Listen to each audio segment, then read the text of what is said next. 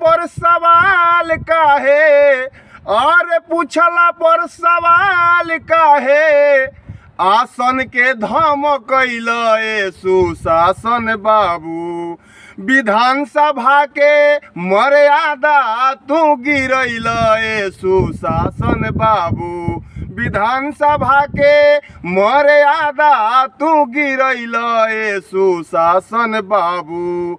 ई कहतानी कि आप कौन होते हैं इस तरह का सवाल पूछने वाले, तो सुनी। अरे सीएम होले बाप अगर तो आसन होला दादा, सीएम होले बाप अगर तो आसन होला दादा, ई बतिया तोहरा से के जानत बड़ुए जादा, ई बतिया तोहरा से के जानत बड़ुए जादा। करत कुकुरीत ऐसन, अरे करत कुकरीत ऐसन, तनिको ना शरमैल सुशासन बाबू, आसन के मर्यादा तू गिरैल सुशासन बाबू, आसन के मर्यादा तू गिरैल सुशासन बाबू। अपने मुँह से करत रह, याद बानू, अपने मुँह से करत रह बात जंगल राज के, ठगली हल दादा तू तो सौसे समाज के, सौसे समाज के।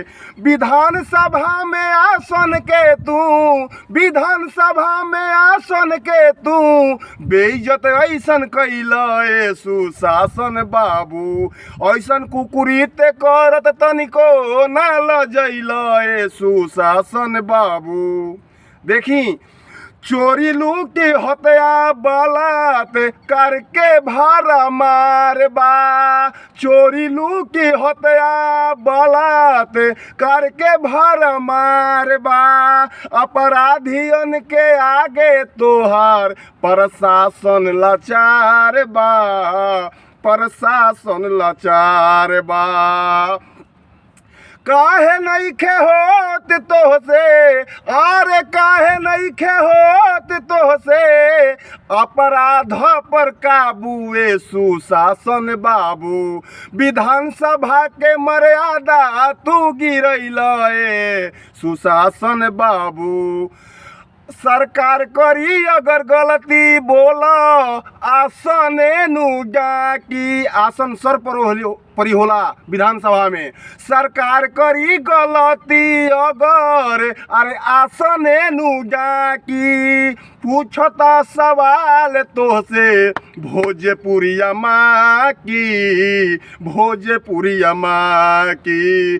करम ऐसन कैला चाचा, अरे करम ऐसन करके ये चाचा, तनिको ना शरमैल सुशासन बाबू, आसन के मर्यादा तू गिरैल सुशासन बाबू, बेइज्जती बिहार के करवैल सुशासन बाबू, आसन के मर्यादा तू गिरैल सुशासन बाबू। जय भोजपुरी, जय भोजपुरिया।